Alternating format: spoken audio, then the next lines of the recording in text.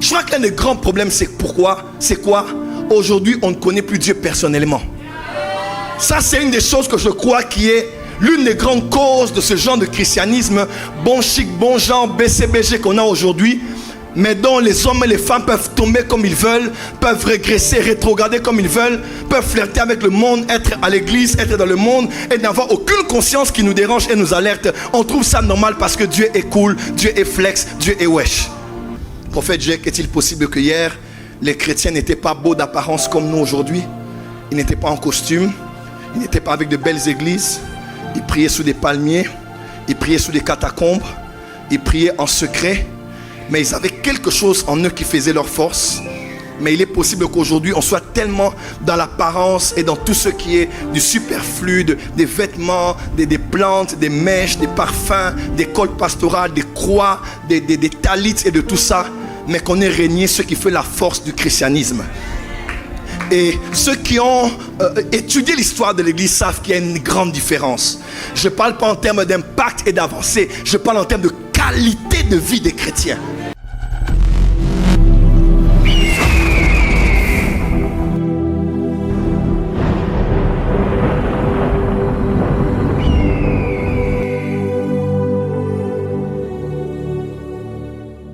Même si quelques rois comme ceux qui ont libéré Esdras ou bien Néhémie avaient donné des lettres de créance, de crédit, et ils avaient accompagné, même financé pour cet ouvrage.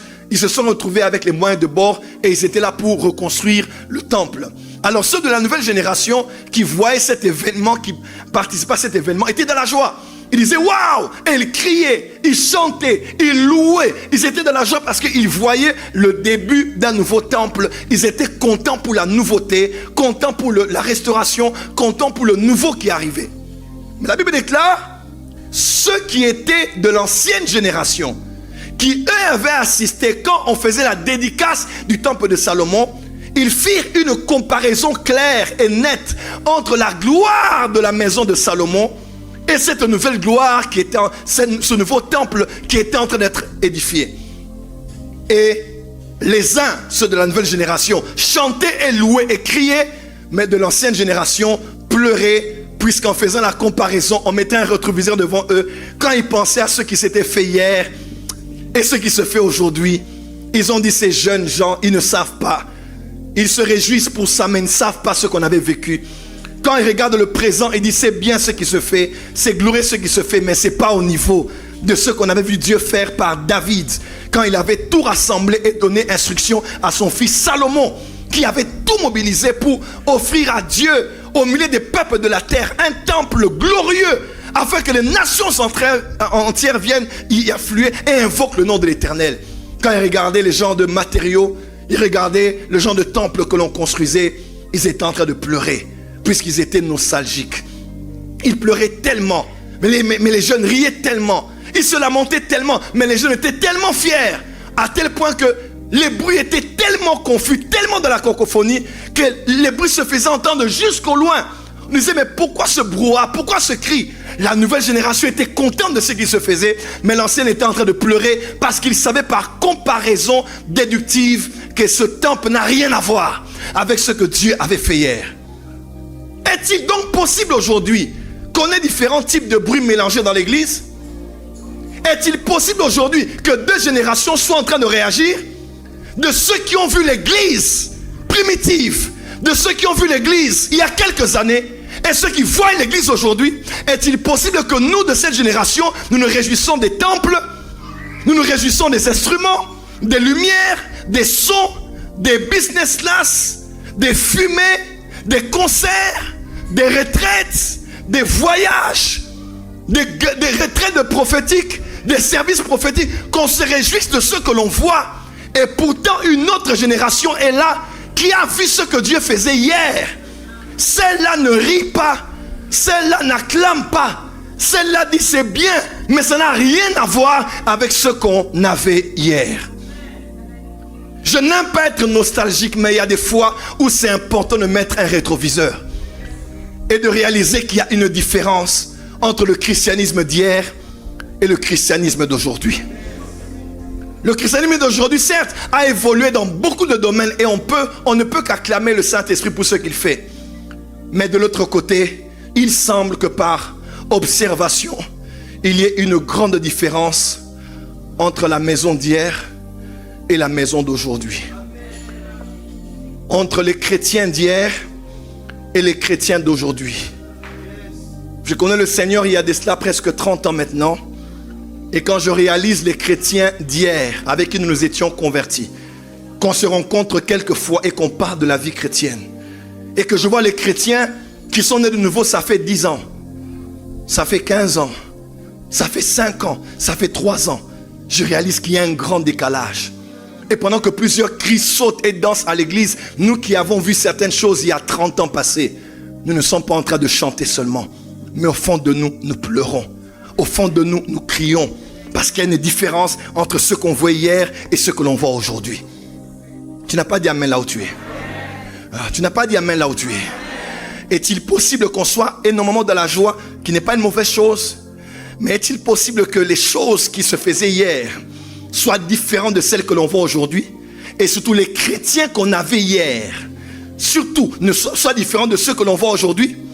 Il y a une nouvelle église qui se lève aujourd'hui, mais il semble que cette église est beaucoup plus une église d'apparence par rapport à l'église d'autrefois. Quelqu'un peut dire amen très fort. Dis amen très fort. Dis amen très fort. Je regarde cette comparaison des fois avec la technologie. Autrefois, je suis né en Allemagne, à Bonn. On a vécu quelques années en Belgique. Mon petit frère est né là, à Bruxelles. Je me rappelle qu'on avait une télévision qu'on a emmenée de Bruxelles à Kinshasa. Cette télévision a pratiquement grandi avec nous. À un point où quand elle avait des problèmes, on prenait les fourchettes. Quand les boutons étaient cassés ou bien étaient déconnectés d'une autre partie du bouton, on prenait les fourchettes ou les couteaux, on mettait et on cherchait les chaînes de télé. Des fois, quand ça ne marchait pas bien, on tapait dessus. Boum! Et ça redevient clair. Vous vous rappelez? Pas besoin d'antenne compliquée. On prenait l'antenne, on faisait monter. On montait sur des supports et on mettait des antennes comme ça en aluminium que l'on fabriquait des fois au local, on les plaçait. Et on suivait la télévision. On avait des télécommandes, il fallait appuyer plusieurs fois. Et les touches généralement entraient à l'intérieur de la télécommande. Vous vous rappelez? Et on forçait. Mais ces télévisions-là, on a fait avec ça 5 ans, 10 ans, 15 ans, 18 ans. Et les télévisions tenaient bien. Elles n'étaient pas belles d'apparence, mais de l'intérieur, elles étaient solides, elles étaient fortes et elles ont duré avec nous. Mais aujourd'hui, nous avons des télévisions Samsung. Télévisions avec de belles marques. À l'extérieur, c'est tellement beau, c'est curve. C'est tellement bien avec les applications. Il y a la Wi-Fi, il y a tout ce que tu vois à l'intérieur. Les télécommandes sont tellement belles à voir et sophistiquées. Mais une seule fois qu'il y a un problème et une fissure, les coûts de la réparation peuvent être même à peu près plus de la moitié du prix même de la télévision. À la fin, on se dit, les anciennes télévisions n'étaient pas belles d'apparence, mais elles étaient solides, elles étaient fermes, elles étaient authentiques. Mais les nouvelles sont belles d'apparence, mais à l'intérieur, elles n'ont rien. L'apôtre Paul a dit, ayant l'apparence de la piété, mais régnant ceux qui ont fait la force. Oh, dis amen là où tu es très fort. Dis amen très fort. Autrefois, nous avions des Nokia 3310. C'est ça? Nos Blackberry.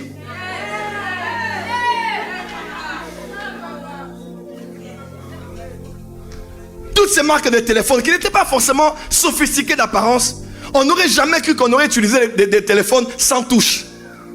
Aujourd'hui, on est tellement habitué qu'on ne réalise même plus que les touches là n'existent plus.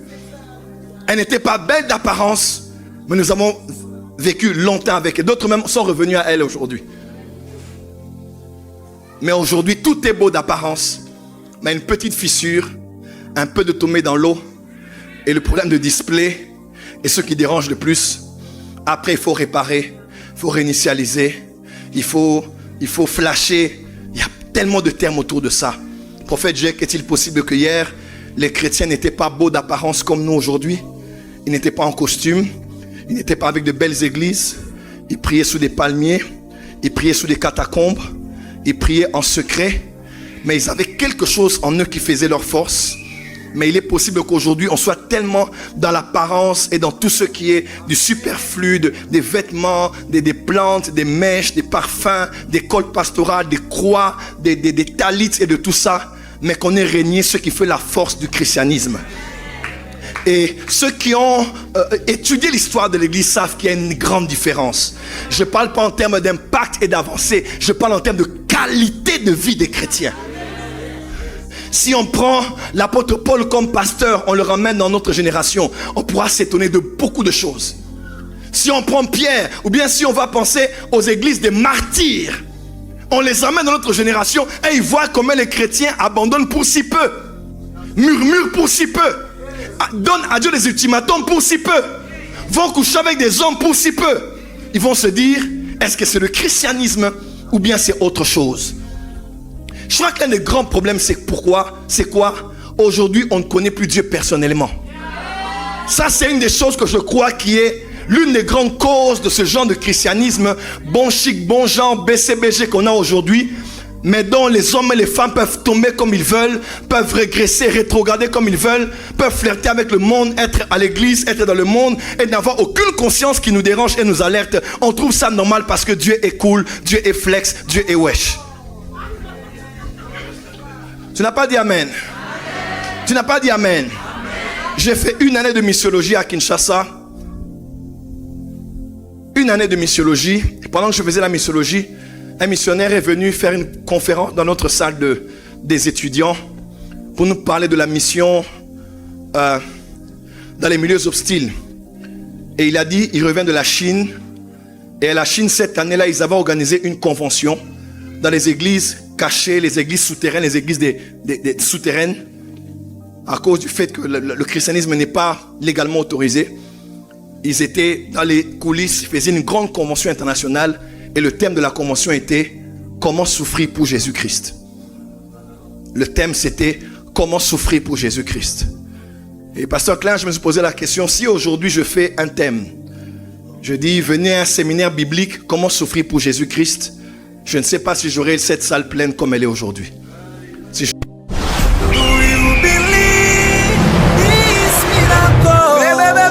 Supernatural.